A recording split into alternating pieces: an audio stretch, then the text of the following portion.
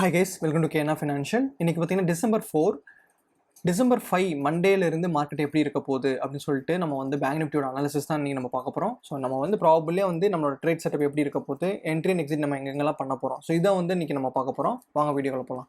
So இன்னைக்கு பார்த்தீங்கன்னா நம்ம ஆல்ரெடி பேசின மாதிரி தான் 42,900 வந்து ஒரு நல்ல சப்போர்ட், அதே சமயம் வந்து பார்த்தீங்கன்னா 43,300 வந்து ஒரு நல்ல ரெசிஸ்டன்ஸில் இருக்குது. சரிங்களா, மார்க்கெட் இப்போ வந்து பார்த்தீங்கன்னா ரேஞ்சோட பாட்டமில் வந்து டச் பண்ணிவிட்டு மறுபடியும் வந்து இங்கே ஒரு ஹெட் அண்ட் ஷோல்டர், அதாவது ஒரு 5 மினிட்ஸ் டைம் ஃப்ரேமில் நீங்கள் பார்த்தீங்கன்னா இது வந்து ஒரு ஹெட் அண்ட் ஷோல்டர் பேட்டர்னாக இருக்கும். ஸோ ஹெட் ப்ராபபிளி வந்து இது லெஃப்ட் ஷோல்டர், இதுக்கப்புறம் ஹெட்டு, இதுக்கப்புறம் வந்து ஒரு ரைட் ஷோல்டராக இருக்கும். ஸோ இது வந்து ஒரு 5 மினிட்ஸ் டைம் ஃப்ரேமில் உங்களுக்கு வந்து கிளியராக விசிபிள் இருக்கும். சரிங்களா, ஸோ அதை பேஸ் பண்ணி நம்ம கன்சிடர் பண்ணும்போது நம்ம என்ன பண்ணலாம் அப்படின்னு பார்த்தீங்கன்னா, ஒரு சைட்வேஸ் மார்க்கெட்டை வந்து ஹெட் அண்ட் ஷோல்டர் பேட்டர்னில் பிரேக் அவுட் கொடுத்ததுக்கப்புறம் மார்க்கெட் ஆப்வியஸாக எங்கே போகணும் அப்படின்னு பார்த்தீங்கன்னா, நமக்கு வந்து ஃபர்ஸ்ட் லெவல் ஆஃப் டார்கெட், அதாவது 43,120க்கு மேலே போயிடுச்சு. இந்த இதை நம்ம பிரேக் அவுட்டை கன்சிடர் பண்ணியிருந்தோம்.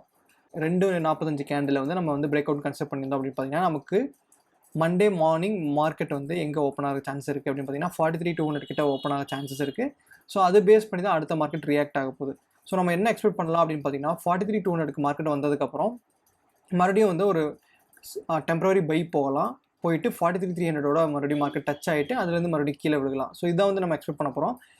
சிமிலர்லி செல் சைட் நம்ம எங்கே பண்ண போகிறோம் அப்படின்னு பார்த்தீங்கன்னா, 43,000க்கு கீழே நமக்கு வந்து ஒரு 15 மினிட்ஸ் கேண்டிலோ இல்லை 5 மினிட்ஸ் கேண்டிலோ க்ளோஸ் ஆகும் பட்சத்தில் நம்ம வந்து 43,000க்கு கீழே மார்க்கெட் வரப்போகுதுன்னு சொல்லிட்டு நம்ம செல் பண்ண போகிறோம். சரிங்களா, ஸோ பை நம்ம எங்கே பண்ண போகிறோம் அப்படின்னு பார்த்தீங்கன்னா, மார்க்கெட் சப்போஸ் ஃப்ளாட் ஓப்பனிங் ஆகிட்டு 43,100 கிராஸ் பண்ணும்போது நம்ம என்ன பண்ணுறோம், பை பண்ணுறோம். நம்மளோட ஃபர்ஸ்ட் டார்கெட் அப்படின்னு பார்த்தீங்கன்னா 43,200 அண்ட் செகண்ட் டார்கெட் அப்படின்னு பார்த்தீங்கன்னா 43,300. சரிங்களா, since it is a range, இது வந்து ரேஞ்ச் மார்க்கெட்டாக இருக்கிறதுனால நமக்கு வந்து இந்த ரேஞ்சோட அப்பரில் மறுபடியும் ரெசிஸ்டன்ஸ் இருக்கிறதுக்கு வாய்ப்பு இருக்குது. சரிங்களா, ஸோ அதை கன்சிடர் பண்ணும்போது நம்மளோட ஃபைனல் டார்கெட் அப்படின்னு பார்த்தீங்கன்னா 43,300 அல்லது 280 அந்த ரேஞ்சில் வந்து நம்ம ப்ரைஸை வந்து எக்ஸிட் பண்ணிட்டு வெளியே வந்துடணும். அதாவது ஏன் அப்படி சொல்கிறேன் அப்படின்னு பார்த்தீங்கன்னா, அங்கே ஒரு செல்லிங் ப்ரெஷர் வரதுக்கு அதிகமான பாசிபிலிட்டி இருக்குனால நம்ம வந்து 43,300 இல்லை 280 வந்து நம்ம எக்ஸிட் ஆயிடுறோம். சரிங்களா, அதுவே சப்போஸ் 43,000க்கு கீழே வந்துருச்சு அப்படின்னா நம்ம வந்து டேரெக்டாக வந்து செல் பண்ண போகிறோம். நம்மளோட எக்ஸ்பெக்டேஷன் அப்படின்னு பார்த்தீங்கன்னா 43,000 கீழே வந்துருச்சுனாலே மார்க்கெட் வந்து ஒரு நல்ல பெரிய ரேலி கொடுக்கறதுக்கு வாய்ப்பு இருக்குது. ஸோ நமக்கு வந்து 42,600 வரைக்கும் வரதுக்கு சான்சஸ் அதிகமாக இருக்குது. ஸோ செல்லிங் ப்ரெஷர் நடக்கிற பட்சத்தில், ஸோ செல்லிங் ப்ரெஷர் நடந்துருச்சு அப்படின்னு பார்த்தீங்கன்னா இந்த ரேஞ்ச் பிரேக் அவுட் கொடுத்துரும். ஸோ இந்த ரேஞ்ச் பிரேக் அவுட் கொடுத்துச்சு அப்படின்ற பட்சத்தில் நமக்கு ரொம்ப கன்ஃபர்மேஷன் கிடச்சிரும். ஸோ கண்டிப்பாக 42,600 வரைக்கும் மார்க்கெட் போயிடும். சரிங்களா, ஸோ இதான் வந்து பேங்க் நிஃப்டிக்கான அனாலிசிஸ். ஸோ இப்போ நிஃப்டி அனாலிசிஸ் பார்ப்போம். ஸோ நிஃப்டி அனாலிசிஸ் பார்க்கும்போது உங்களுக்கு பார்த்தீங்கன்னா ஒரு ஷார்ப் ஃபால் வந்து ஃப்ரைடே இருந்திருக்கு. கரெக்டுங்களா, ஸோ மேலேருந்து மார்க்கெட் ஷார்ப்பாக கீழே வந்துருச்சு. வந்ததுக்கப்புறம் பார்த்தீங்கன்னா உங்களுக்கு வந்து ஒரு நல்ல ரெசிஸ்டன்ஸ் ஜோனில் நிற்குது, ஒரு சப்போர்ட் ஜோனில் நிற்குது. ஸோ இந்த சப்போர்ட் ஜோன்லேருந்து டெம்பரரியாக மார்க்கெட் பவுன்ஸ் ஆகணும். ஸோ அப்படி பவுன்ஸ் ஆகும்போது நமக்கு வந்து எங்கே வரைக்கும் போகிறதுக்கு சான்சஸ் இருக்குது அப்படின்னு பார்த்தீங்கன்னா 18,780 இந்த ரேஞ்ச் வரைக்கும் மறுபடியும் மார்க்கெட் போகிறதுக்கு சான்சஸ் இருக்குது. ஸோ சப்போஸ் மார்க்கெட் மண்டே வந்து 18,714 உடச்சிருச்சுன்ற பட்சத்தில் நம்ம என்ன பண்ண போகிறோம் அப்படின்னு பார்த்தீங்கன்னா, நெக்ஸ்ட் லெவல் ஆஃப் டார்கெட் அப்படின்னு பார்த்தீங்கன்னா 18,775 தான் நமக்கு நெக்ஸ்ட் லெவல் ஆஃப் டார்கெட். ஏன் அப்படின்னு சொல்கிறேன்னு பார்த்தீங்கன்னா, நமக்கு மார்க்கெட் இங்கேருந்து ஷார்ப் ரேலி கொடுத்துச்சு. ஸோ ப்ராபப்ளி நெக்ஸ்ட் ஃபேஸ் வந்து நமக்கு என்ன ஆகணும் அப்படின்னு பார்த்தீங்கன்னா புல் பேக் ஃபேஸாக இருக்கும். ஸோ புல் பேக் இமீடியட்டாக நடக்கும் அப்படின்னு பார்த்தீங்கன்னா இந்த இடத்துல நமக்கு எந்த க்ளூவும் இல்லை. ஸோ புல் பேக் வந்து இமீடியட்டாக நடக்காதுன்றது தான் இந்த இடத்துல சொல்ல வருது. அதனால நமக்கு வந்து நெக்ஸ்ட் லெவல் ஆஃப் ரெசிஸ்டன்ஸ் அப்படின்னு பார்த்தீங்கன்னா 18,775. ஸோ இந்த ஏரியாவுக்கு நமக்கு வந்ததுக்கப்புறம் ஒரு ஸ்ட்ராங் செல்லிங் ப்ரெஷர் ஃபார்ம் ஆயிடுச்சுன்ற பட்சத்தில் நம்ம வந்து செல் பண்ணலாம்.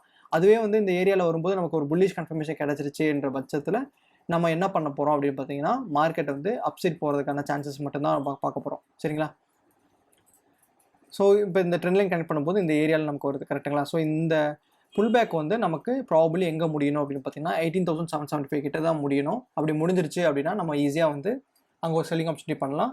இஃப் சப்போஸ் நமக்கு வந்து கீழே வந்து செல்லிங் ஆப்பர்ச்சுனிட்டி எங்கே பார்க்கலாம் அப்படின்னு பார்த்தீங்கன்னா 18,650. ஸோ ப்ராபபிளி வந்து 18,650 கீழே நமக்கு மார்க்கெட் வரும்போது நமக்கு வந்து செல்லிங் ப்ரெஷர் கிடைக்கும். So next level of target sell side அப்படின்னு பார்த்தீங்கன்னா நமக்கு 18,540 500 கிட்ட வரைக்கும் மார்க்கெட் வரதுக்கு சான்சஸ் இருக்குது. ஸோ இங்கேருந்து மறுபடியும் வந்து நமக்கு சப்போர்ட் எடுக்கிறதுக்கு வாய்ப்பு அதிகமாக இருக்குது.